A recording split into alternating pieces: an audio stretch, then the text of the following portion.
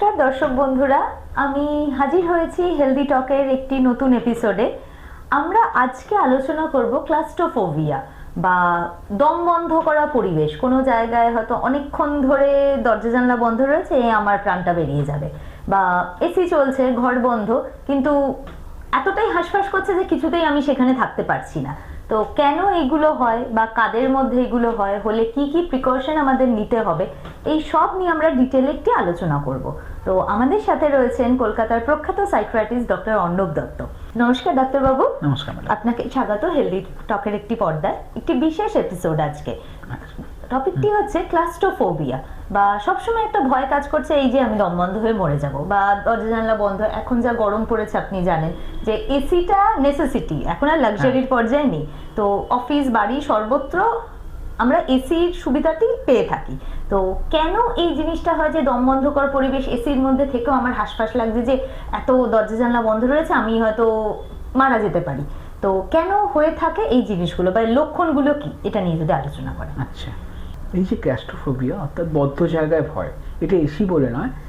যারা এই রোগে ভোগেন তারা কিন্তু কোনো বন্ধ জায়গায় থাকতে পারেন না। যেমন তারা মেট্রোয় উঠতে পারেন না, কারণ মেট্রো পুরো বন্ধ।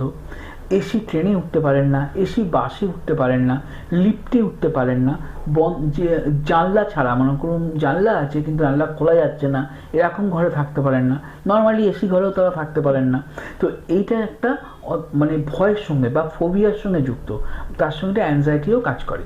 ক্লাস্ট্রোফোবিয়া কেন হয়, এর পেছনে অনেক কারণ থাকতে পারে, বা কিছু ইডিওটিক কারণ, বা কোনো কারণ নেই এরকমও দেখা যায়। তবে নিউরোট্রান্সমিটারের কিছু সমস্যার জন্য কিন্তু এই ক্লাস্ট্রোফোবিয়া হতে পারে, বা কোনো ট্রমা হয়তো তার জীবনে হয়েছিল যেটা তার নিজেও জানে না, খুব ছোটোবেলায়। যেটা ফ্রয়েড বলেছেন যে খুব ছোটোবেলায় মানুষের মধ্যে যদি কোনো ট্রমা হয়, সেটা মানুষের 3 নম্বর মনে গিয়ে আটকে যায়, কিন্তু সে নিজেও সেটা জানে না। সেখান থেকেও কিন্তু ক্লাস্ট্রোফোবিয়া হতে পারে। এবার আপনি যেটা বলছেন লক্ষণ হচ্ছে কি, এরা বদ্ধ জায়গায় থাকলে বা বন্ধ ঘরে থাকলেই হাঁসফাঁস করে, যেটা আপনি বললেন। পালপিটেশন হয়, অর্থাৎ বুক ধড়ফড় করে, অনেকে ঘেমে ওঠেন, অনেকে মনে হয় গলাটা তাকেও টিপে রাখছে, অনেকে বারবার বাথরুম যেতে চান, মানে জায়গা থেকে মুক্তি চান আর কি। ইনফ্যাক্ট অনেকের হাত পা কাঁপে, অনেকের আপনার জিভ শুকিয়ে আছে বা গলা শুকিয়ে আসে, মাথা ব্যথা করে, মাথা ঘোরে, অনেকে সারা শরীরে জ্বালা যন্ত্রণা শুরু হয়ে যায়। এই ব্যাপারগুলো কিন্তু হয়, মানে একটা হিস্ট্রিয়া রোগীর ক্ষেত্রে, বা একটা অ্যাংজাইটি রোগীর ক্ষেত্রে, বা একটা ফোবিয়াটি রোগীর ক্ষেত্রে যারা দেখা যায়, সেরকম কিন্তু ক্লাস্ট্রোফোবিয়ার ক্ষেত্রে দেখা যায়। এরকমও দেখা গেছে তারা অজ্ঞান হয়ে গেছে। হিস্ট্রিয়াটিক ফ্রি, যেটা আমি অনেক আগে এপিসোডেই বলেছিলাম যে হিস্ট্রিয়াটিক ফ্রি, সেটাও কিন্তু অনেক সময় এই ক্লাস্ট্রোফোবিয়ার জন্য হতে পারে। ডাক্তারবাবু, কোনো বিশেষ এজের মধ্যে কি এই প্রবণতাটা দেখা যায়? মানে ছোটবেলায় তো আমরা ভেবে থাকি যে বাচ্চা খেলাধুলা করছে, হয়তো এতটা কিছু ভাবছে না। একটি নির্দিষ্ট বয়স অতিক্রম করার পরে কি এই প্রবণতাটা বাড়ে, যে যখন মানুষ একটু মধ্য বয়সে পৌঁছে যায় যে আমি মারা যেতে পারি, বা যেই ভয়টা তার মধ্যে একটা গড়ে উঠছে যে এখানে একটা দম বন্ধ অবস্থা, কি সিনেমা হল, আমি সিনেমা দেখতে যাব না, কারণ হঠাৎ করে চারিদিকে যদি বন্ধ হয়ে যায় আমি মারা যেতে পারি, বা এর থেকে মুক্তির উপায়টা কি, সেটা আপনি যদি বলতেন। ক্লাস্ট্রোফোবিয়ার কোনো বয়স হয় না, ছোট থেকেই তৈরি হয়। মধ্য বয়সে বুড়ো সবসময় চলতে থাকে, এবং একটা সময় যদি সত্যি ক্লাস্ট্রোফোবিয়া খুব বাড়াবাড়ি হয়ে যায় তো মৃত্যুর পর্যায়েই চলে যেতে পারে, যদি এটি অ্যাংজাইটি বা ফোবিয়ার পার্ট। এবং এখান থেকে মুক্তির রাস্তা যদি বলেন, প্রথমেই কাউন্সেলিংয়ের সঙ্গে আমি যেহেতু হোমিওপ্যাথি করি, আমার মেডিকেশন খুব ভালো কাজ করে।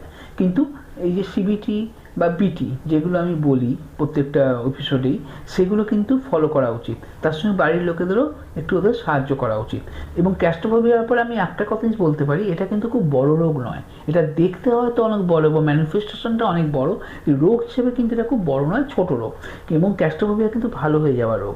আমাদের যে ওষুধপত্র আছে হোমিওপ্যাথিতে, সেটা খেলে কিন্তু অনেক মানুষই সুস্থ হয়ে গেছেন, এরকম আমাদের প্রচুর জার্নালে আছে। তার সঙ্গে কিছু কাউন্সেলিংও করতে হয়, করলে তিনি কিন্তু পুরো সুস্থ হতে পারবেন। কারণ ক্লাস্ট্রোফোবিয়ার ক্ষেত্রে যেটা করতে হয়, সেটা ওষুধ খাওয়ার সঙ্গে সঙ্গে, থেরাপির সঙ্গে সঙ্গে নিজেকেও বোঝাতে হয় যে এটা সব মানুষ যখন আছে, আমি কেন পারবো না, মানে এটা এমন কিছু বড় ব্যাপার নয়। এইটা তার মাথার মধ্যে ঢোকাতে হয়। হ্যাঁ, এটা বলা যতটা সোজা, করা খুব শক্ত, কারণ যে মানুষ অসুস্থ তার পক্ষে এটা ভাবা সম্ভব নয়। কিন্তু ওষুধপত্রকে কাউন্সেলিং নিয়ে তার যখন মনের জোরটা বাড়বে, তখন সেটা করতেই পারে। এবং ক্লাস্ট্রোফোবিয়া দিয়ে একবার তার কাটতে আরম্ভ করে, তাহলে কিন্তু তার চিরকালের মতো ভালোই হয়ে গেল, পরবর্তীকালে সেটা আর হবে না। এবার দেখা যায় ক্লাস্ট্রোফোবিয়ার ক্ষেত্রে অনেক সময় যেগুলো ডেভেলপ করে, একটা তো জিনগত ব্যাপার আছে, আর একটা ব্যাপার হচ্ছে কোনো ট্রমা, অর্থাৎ লিফট কোনোদিন খারাপ হয়ে গেছিলো, হতে পারে, বা কোনো বন্ধ কোনো জায়গায় কোনো মেয়ে বা ছেলেকে তো যৌন নির্যাতন করা হয়েছিল সেখান থেকে হতে পারে, বা সে হয়তো একটা প্লেন ক্র্যাশের গল্প পড়েছে এবং তার মাথা মশলা ঢুকে আছে, বা সে হয়তো কোনোদিন মেট্রোতে গেছিলো, মনে হয় মেট্রো খারাপ হয়ে গেছিলো, হয়তো 10টা মানুষের মধ্যে কিছু হলো না, ওর মধ্যে চলে এলো, হতেই পারে। এরকম কিছু কিছু ঘটনার জন্য কিন্তু ক্লাস্ট্রোফোবিয়া হতে পারে। তো সেটা তো পিটিএসডির একটা পার্টও হয়ে গেল। তো সেখান থেকেও কিন্তু বের করতে গেলে ডাক্তারকে পুরো সত্যি কথা বলা উচিত। আমার খালি এগুলো হচ্ছে, এগুলো খালি ম্যানুফ্যাকচার বা আপনি যেটা বলেন, আপনি যদি বলেন এটা লক্ষণ, কিন্তু বেরোবার জন্য তাকে তো নিজেকেই হাত বাড়াতে হবে, তার পুরনো অতীতটা বলতে হবে, তবেই কিন্তু সেই জায়গা থেকে বেরোতে পারবে ওষুধ খাওয়ার সঙ্গে সঙ্গে, তবেই কিন্তু এই রোগটা ভালো হয়ে যাবে।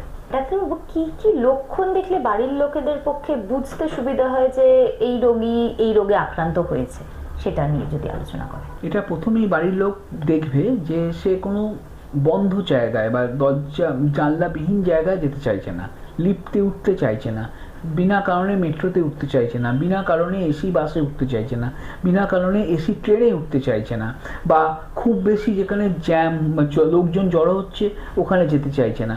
এই জায়গাগুলো থেকেও কিন্তু বাড়ির লোক বুঝতে পারে তারা কিছুর একটা প্রবলেম হচ্ছে।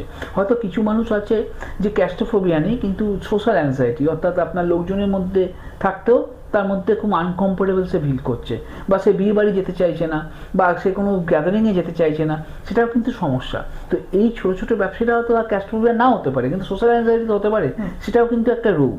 সুতরাং এই ব্যাপারগুলো যদি বাড়ির লোক একটু খেয়াল করেন, দেখেন এই সমস্যাগুলো হচ্ছে, মানুষের সঙ্গে মিশতে পারছে না, ভয় পাচ্ছে, শাইনেস চলে আসছে, পালাবার চেষ্টা করছে বেশি লোকজন থাকলে বা বন্ধ জায়গায়, সেক্ষেত্রে বাড়ির লোক তো জানতেই পাবে। তখন বাড়ির লোকের দায়িত্ব হচ্ছে তাকে নিয়ে আসা, কারণ সে হয়তো নিজে আসতে চাইছে না, বা নিজে আসতে লজ্জা পাচ্ছে, বা সে ঠিক করে উঠতে পারছে না এটা আমার রোগ কি রোগ না, সে হয়তো জানতে পারছে না সেভাবে।